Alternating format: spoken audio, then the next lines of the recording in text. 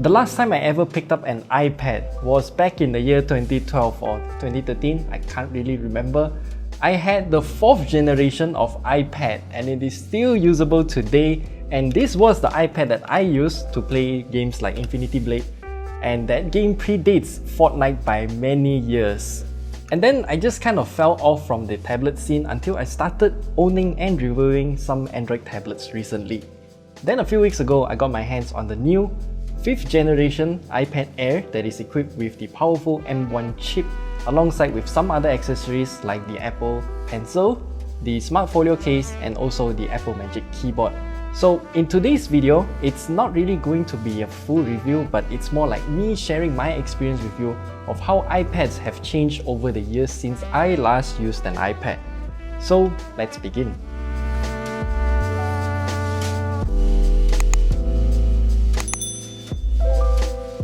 So a brief introduction about our configuration of the 5th gen iPad Air. This is in the Starlight color with 256 gigs of storage with cellular as well. And I also have a SIM card inside, but it's connected to Wi-Fi most of the time. We'll put all of those accessories aside for now and let's just talk about the iPad Air itself. Now, this tablet is thin and lightweight, and obviously it has a very pretty design to look at. The overall dimensions of the 5th generation iPad Air is actually identical to the 4th generation as well, which is actually a good thing since you can just reuse all of the cases from before. Even the screen size is the same as well. It's a 10.9-inch Liquid Retina IPS LCD screen with only 60Hz, but it still looks and feels fantastic to use. One thing I do like is that Apple didn't push the boundaries in terms of the bezel size, so it's still having a pretty sizable bezel for me to rest my thumb when I want to grab the tablet and I don't accidentally touch the screen, which is something that I wish some other tablet manufacturers would take note. It also has a stereo speaker, making the iPad Air one of the best tablets for media consumption. Just have a listen here.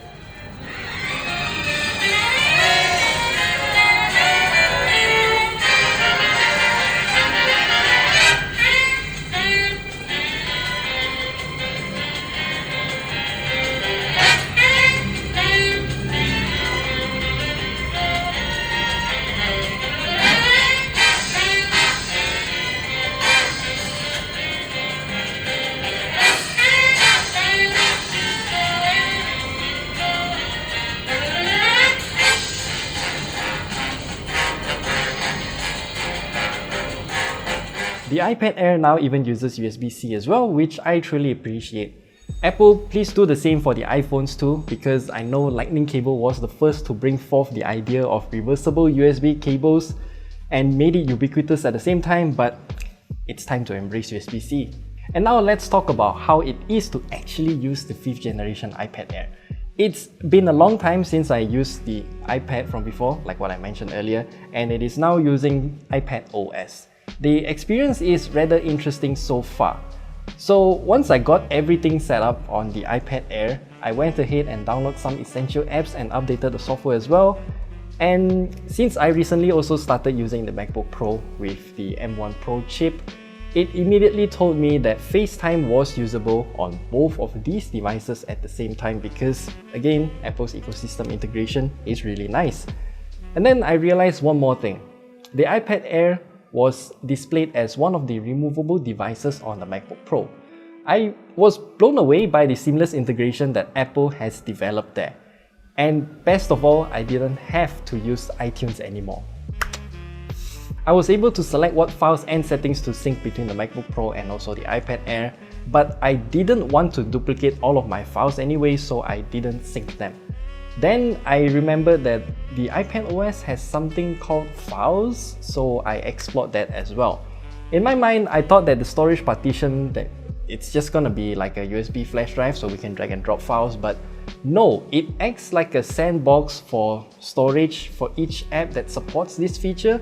For example, I can drag and drop videos into VLC and watch them later on the iPad via the VLC app, but those videos that I've dragged into the VLC files compartment is not seen if I explore it using the Photos app, if that makes sense. I mean, it's not what I expected, but hey, it works the way I wanted, just in a different way. Other than that, one of my favorite activities with the old iPad was to read books because I like Apple's Books apps more than the Google Play Books app. It's functional and it has a built-in dictionary with a highlighter feature so you can refer to those highlighted words or phrases or sentences for future reference. Even the interface is a lot better than the Google Play Books as well. Fun fact, the last time that I used this iPad to read books, that Apple Books app used to call iBooks. So yeah, it just goes to show that it's been a very long time since I used an iPad. So yeah, recently I started reading books thanks to this iPad Air, and more time on books means less time for social media, and this is where the Smart Folio case with the felt material inside is just so useful because it can act like a prop stand as well. I mean, you've seen this case many times, so let's just do a quick introduction of this case once again. It has a very soft felt material inside so it won't scratch the iPad Air's metal body, while having a rubbery exterior so that it can provide grip and protection at the same time. And overall, I'm just surprised by the amount of attention to detail with this case here. So let's just say if you cover it up like this, I mean, it's iconic when it comes to iPad cases. This is the one that they always showcase it with. But previously, I wanted to take pictures with the iPad. This is what I did. And then I realized the camera was covered. But then when I tried to do this, yeah, it actually has a magnet in this segment here to hold the last flap inwards so that it wouldn't obstruct the camera. The reason why I did that is because you remember the old days of tablet photography? A lot of people were angry at that because it obstructs other people's view. So I decided to try that as well, and surprisingly the iPad Air 5th Gen can actually take some good pictures, so I'm surprised. That aside, I also use the iPad Air to play games like Genshin Impact, and dear lord, that performance coming out of the M1 chip is actually very good. It ran Genshin Impact at the absolute highest graphical settings at 60 FPS without any issues at all. I wasn't expecting this, but I'm sure as hell surprised by the performance coming out of this M1 chip. I am also surprised that Genshin Impact is available for the iPad Air that is using the M1 chip. Same goes to the iPad Pro as well. But Genshin Impact is not available for macOS, those MacBooks that are using M1 chip. Why?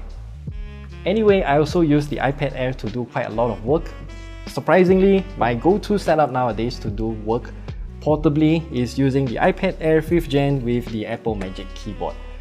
Well, usually I'm just gonna type my scripts like this when I'm not editing videos, and this setup is, how do you say this? It's very efficient.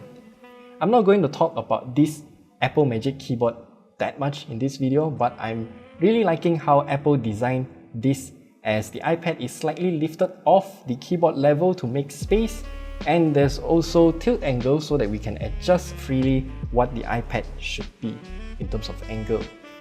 And one of my favorite features here is the Quick Notes feature. By swiping in from the bottom right angle, I can start typing something like a reminder or some sort, and best of all, when combined with the Apple Pencil, I can just yoink the pencil from above and start scribbling on the Quick Notes as well. I actually did that quite a lot because I want to do some quick math or something like that, and I really love this feature. Best of all, after scribbling, it also synced via iCloud, and then I can view all of the same notes on the iPad on the MacBook Pro. I should also mention that the Apple Pencil this generation is a lot better than the last generation where we have to stab it at the bottom of the iPad just to charge it via the lightning port. However, since it's magnetically held on the iPad Air now, I'm also afraid of it detaching from the iPad while jostling in my backpack, potentially getting into some weird crevices and damaging it. But the Apple Pencil is very tough, so I'm not afraid of actual damages, just cosmetic damages. Then comes a lot more multitasking features. There are gestures that we can use, like dragging down from the middle of the app and then swiping it either left or right side. Then we can open another app so that they are both side by side. And we can also control the size of each app by just dragging the handle in the middle. Some apps are even able to take advantage of this and provide even better multitasking, like multi-window in Google Chrome. It's a feature that's available on Android as well, but I think the implementation is just better on a system level for the iPad. By the way, even Chrome works with Apple's hand-off feature as well. If I leave a Chrome tab open on the MacBook Pro and then I started using the iPad Air, an icon appears at the bottom bar saying that I can just tap on that and then it will open the same link like what I have left up on the MacBook Pro. This is a very convenient little feature instead of having to send links to myself via Telegram, so it actually saves me quite a lot of time. Speaking of that, I also use the iPad Air as a secondary screen, or in this case a tertiary screen for the MacBook Pro 2. When I got the iPad Air, I immediately tried Sidecar. Thanks to Apple's seamless interconnectivity between devices, a few clicks and the iPad Air becomes an extension to the MacBook Pro's display. To my surprise, it worked really well and it has little to no noticeable delay, at least for my kind of task. On the flip side, I can also use iPad apps on the same keyboard and mouse as the MacBook Pro because, again, thanks to Apple's seamless integration between their devices, I only have to push through either sides of the MacBook Pro screen and establish the connection with the iPad. Fun fact, I took a screenshot on the MacBook Pro and absentmindedly went to the iPad Air and pasted the screenshot on Facebook Messenger. Surprisingly, it worked. So yeah. But even after so many years, there are still some glaring issues that I'm not keen of, like the notification center is still a mess. I don't really care about notifications on a tablet, but I can imagine if this is the same interface on a phone, that's gonna be problematic, especially since I get hundreds of notifications a day. Another thing that I don't like is the settings menu. I wanted to mess around with the camera settings when I wanted to take pictures with it, but I have to go into the system settings menu to adjust what the camera settings will be. Why don't you just put a shortcut button on the camera app so I can jump into that menu, right? That will make a lot more sense and less confusion. And one more feature that I'd like to see is some sort of on-device automation, something like Samsung's Bixby routines, whereby I can set the lock orientation to be automatically on landscape mode at 50% volume when I open YouTube, or lock the orientation at portrait mode and lower the brightness whenever I open the Apple Books app. That would be fantastic to have on the iPad rather than just having to use the Shortcuts app feature right now. Yeah. Oh yeah, remember back in the days when iPads and iPhones have a physical push switch to either toggle silence or orientation lock? Yeah, I miss that feature a lot because it's missing on these modern devices. Now, these three complaints might sound like I'm nitpicking, but hey, there are issues that are shared across the iPads and iPhones, and I guess I have revealed my plans to actually try out iPhones for the first time in my life, but we'll wait for the iPhone 14 instead. I truly wish that the next iPhone will be using USB-C though. And one more thing that I really want to talk is that me being a pure Android user for so many years, do apps actually work better on Apple devices compared to Android? That truly depends. For example, Facebook app's dark mode for tablets is still broken between iPadOS and Android as well, so nobody wins here, I guess. Other than dark mode, Facebook app is actually much more functional on Apple devices, especially the Facebook page managers. Since Android tablets are literally just bigger Android phones, all apps work properly on tablets even though the icons might be humongous. But for the iPad Air on the other hand, some apps like this wallpaper app right here is locked in a single orientation and cannot be used otherwise. Other apps like Instagram are made for iPhones only, but they are still able to adapt to an iPad screen, just a lot of emptiness on either sides of the screen. It's not ideal, but it still works. And this has never changed since the last time I used Instagram on this old iPad, by the way. Also, widgets on iPadOS still need some work, but it's not Apple's fault. On Android, I can have the Sonos widget, so I can control music off my Sonos speakers via that widget directly. However, there are no such widget on the iPad or iPhones for that matter.